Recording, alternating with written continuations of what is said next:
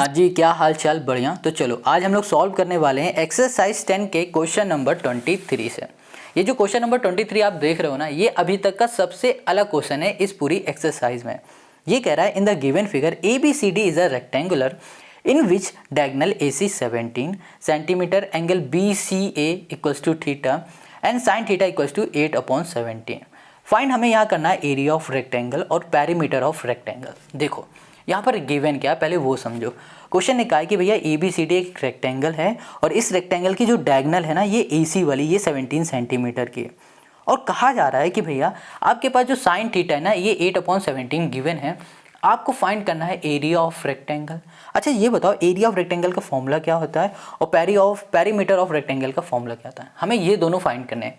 अब इसको जरा ध्यान से समझो, इन दोनों को कैसे फाइंड करेंगे यही बड़ा खेल है इस क्वेश्चन में, और कुछ भी नहीं, बस यही है। सबसे पहले इसकी बात कर लेते हैं एरिया ऑफ रेक्टेंगल। अच्छा एरिया ऑफ रेक्टेंगल का जो फॉर्मूला होता है वो L इंटू बी होता है। क्या होता है? लेंथ इंटू ब्रेथ होता है। ठीक है, क्या हमें यहाँ पर लेंथ और ब्रेथ पता है? नहीं पता। क्या पता है हमें यहाँ पर? देखो कुछ भी पता है नहीं पता ना, तो हमें वही फाइंड करना पड़ेगा। अब यहाँ पर है perimeter of rectangle. Perimeter of rectangle का फॉर्मूला क्या होता है? 2L + B होता है। फिर से देखो L और B हमें फाइंड करना है, लेंथ और ब्रेथ फाइंड करना है। अब लेंथ और ब्रेथ कैसे फाइंड करेंगे वो समझो। सबसे पहले यहाँ पर हमें गिवन क्या है, यहाँ पर क्वेश्चन ने क्या कहा था कि जो हमारे पास BCA है, मतलब ये वाला C वाला एंगल ये थीटा है, ये थीटा है। ठीक है, और हमें गिवन क्या है? Sine theta. यहाँ लिख दिया हमने साइन थीटा इक्वल्स टू 8/17, ये लिख दिया। अब ये बताओ साइन थीटा का फॉर्मूला होता क्या? ये होता है P/H। अगर सिर्फ इतने पार्ट को ध्यान से देखो, इतने पार्ट को ध्यान से देखो कि तो क्या दिख रहा है आपको? ये एक राइट एंगल ट्रायंगल दिख रहा है। देखो ये एक हमारे पास रेक्टेंगल, तो जाहिर सी बात है ये एंगल सारे 90 डिग्री के होंगे। अब सिर्फ इतना पार्ट को देखोगे ना तो ये एक हमारे पास राइट एंगल ट्रायंगल हो गया। Got it? अब यहाँ पर ना साइन थीटा हमें पता है 8/17 है, जो कि P/H होता है। P मतलब परपेंडिकुलर। अब बात आती है इसमें से कौन सा परपेंडिकुलर है कौन सा परपेंडिकुलर नहीं है। ये थीटा है तो थीटा के सामने जो साइड होती है ये परपेंडिकुलर होती है, और इसके बगल वाली साइड हो जाती है बेस, और 90 के सामने जो भी साइड होती है ये हाइपोटेनस होगी। तो हमें ये तीनों साइड भी पता चल गई। अब यहाँ पर P क्या है? हमारे पास 8K है, 8K लिखेंगे क्योंकि यहाँ पर देखो जो भी वैल्यू होती है रेशियो में होती है, तो रेशियो में हम लोग जब भी लिखते हैं ना तो K लगा देते हैं या फिर A लगा दो, कुछ भी लगाना पड़ता है पीछे। ठीक है, यहाँ पर लिख दिया हमने 17, यहाँ पर कर दिया। यहाँ पर ना हमने थोड़ा गलत बोल दिया। देखो क्या है, यहाँ पर 17 हमें ये पता नहीं है। देखो 17 ये जो हाइपोटेनस है यही तो है, हमें ये वाली साइड नहीं पता है, BC वाली, ये BC साइड हमें नहीं पता है। हमें सबसे पहले ये साइड ही फाइंड करनी है। अब ये वाली साइड हम लोग फाइंड कैसे करेंगे वो देखो। देखो ये राइट एंगल ट्रायंगल है, राइट एंगल ट्रायंगल में दो साइड हमें पता है, तीसरी फाइंड करनी होती है तो हम यूज़ करते हैं पाइथागोरस थ्योरम। तो यहाँ लिखेंगे बाय यूजिंग, यहाँ कर दिया हमने पाइथा। ठीक है, पाइथागोरस थ्योरम कर दिया। अब ये हो जाएगा हमारे पास AC² इक्वल्स टू हो गया हमारे पास AB² प्लस हो गया हमारे पास BC²। अब AC हमारे पास कितना है? 17 है, यहाँ पर हो गया हमारे पास 17 का स्क्वायर। AB हो गया हमारे पास 8, तो ये हो गया 8 का स्क्वायर, और यहाँ पर हो गया हमारे पास BC हमें पता नहीं तो BC का हमने स्क्वायर लिख दिया। अगर K लिखना है तो यहाँ पर भी K लिख दो, यहाँ पर भी आप K लिख दो। ठीक है, वरना ना लिखो तो ना लिखो, आपकी मर्जी। तो चलो अब ये आ गया हमारे पास, तो यहाँ पर 17 का स्क्वायर होगा 7 7 49, मतलब हो जाएगा 289, और यहाँ पर हो गया हमारे पास 8 का स्क्वायर मतलब 8 8 64, ये प्लस का इधर आ जाएगा माइनस का, ये हो गया हमारे पास BC²। अब इसको सॉल्व करेंगे तो यहाँ पर आ जाएगा हमारे पास 5 2 2 इक्वल्स टू BC² हटेगा, यहाँ पर रूट हो गया, यहाँ पर हो गया BC, यहाँ पर आ गया हमारे पास 25 इक्वल्स टू हो गया हमारे पास BC। क्लियर हो गई इतनी बात? तो BC हमें क्या मिल गया है? 25 यहाँ पर मिल चुका है। Got it? यहाँ लिख देते हैं 25। अब हमें ये भी मिल गया है और हमें ये भी पता चल गया। हमें फाइंड क्या करना था? हमें यहाँ पर फाइंड करना था एरिया ऑफ रेक्टेंगल, जो कि होता है L इंटू B। तो यहाँ पर B हमें पता चल गया है, L भी पता चल गया है, बस वैल्यू को पुट कर देना। तो यहाँ लिखा हमने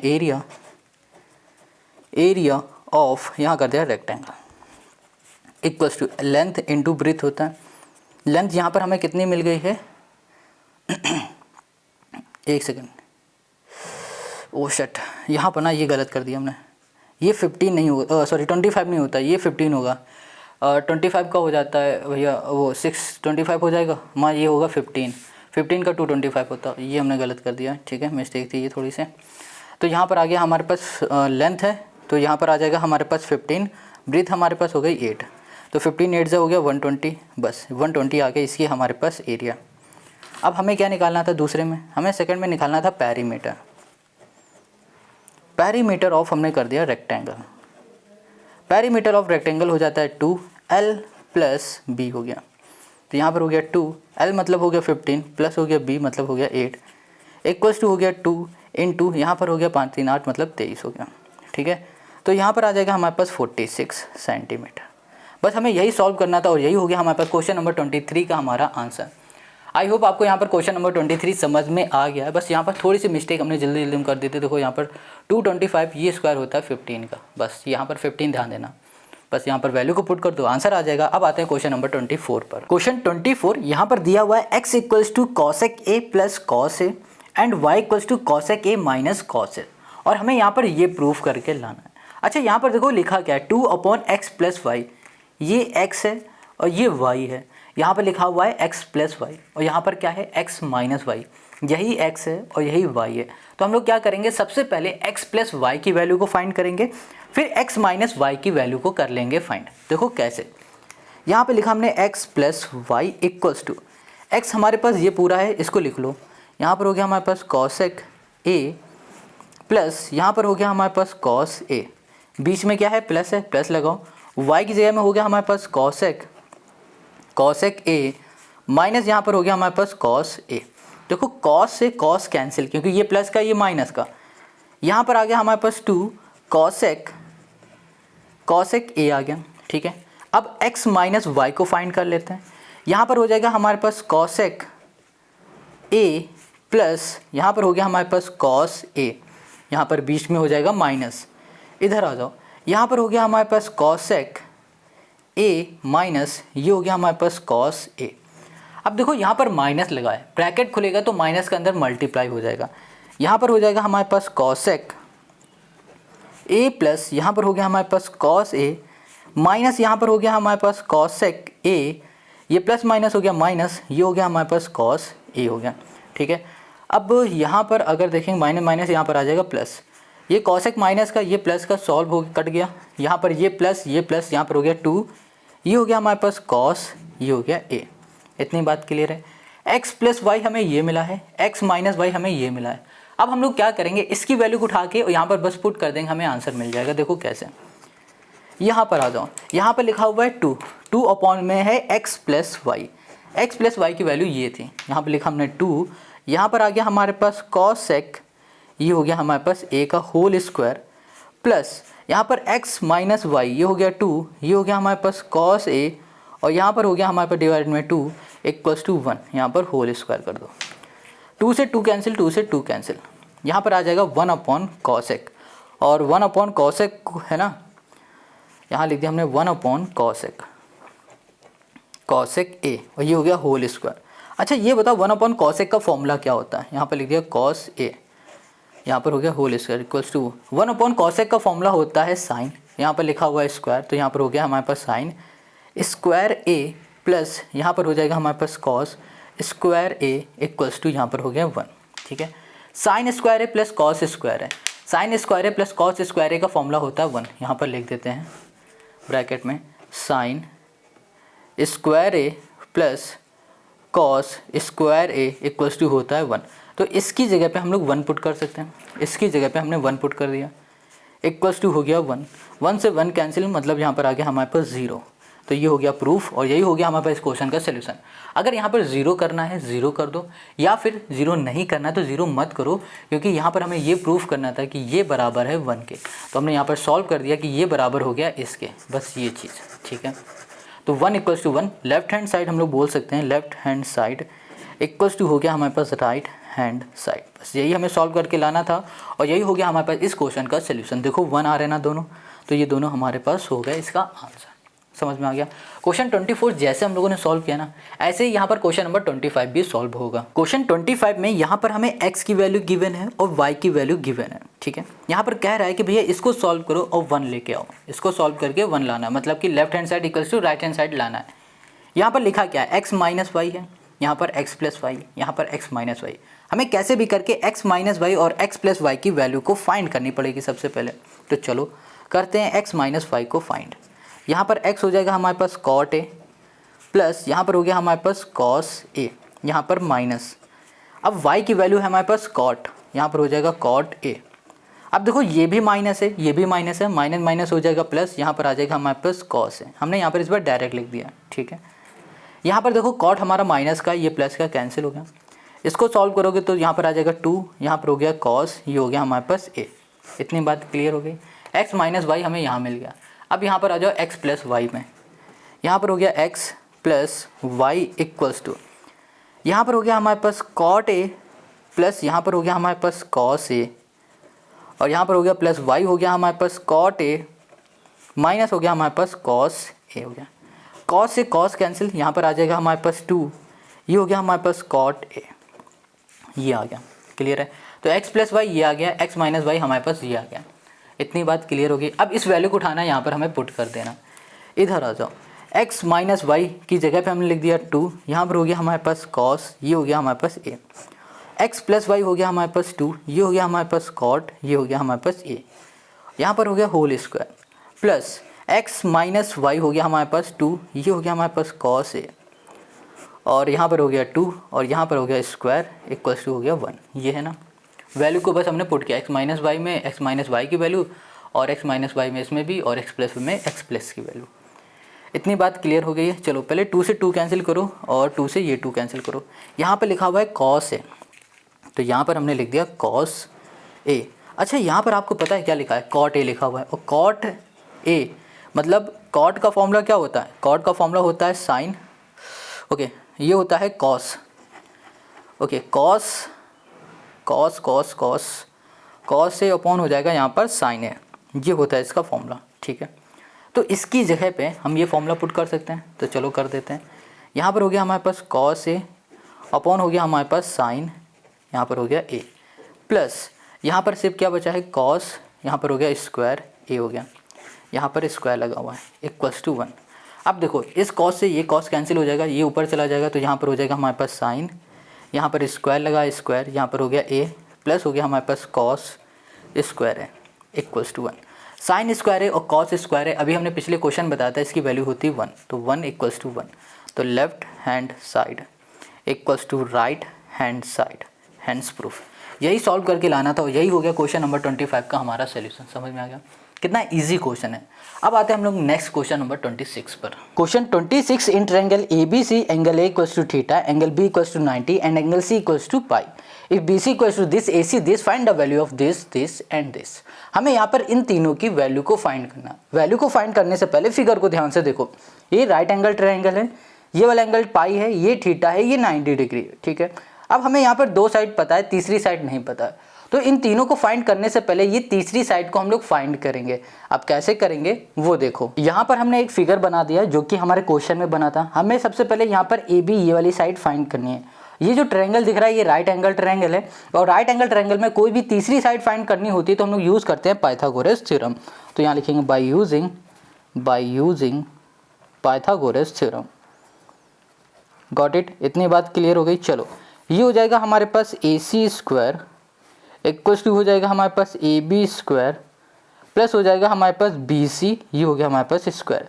AC हमारे पास कहाँ पर है, ये है x प्लस 2, यहाँ पर आ गया हमारे पास x प्लस ये हो गया 2 whole square equals to AB हमारे पास कहाँ है, ये है।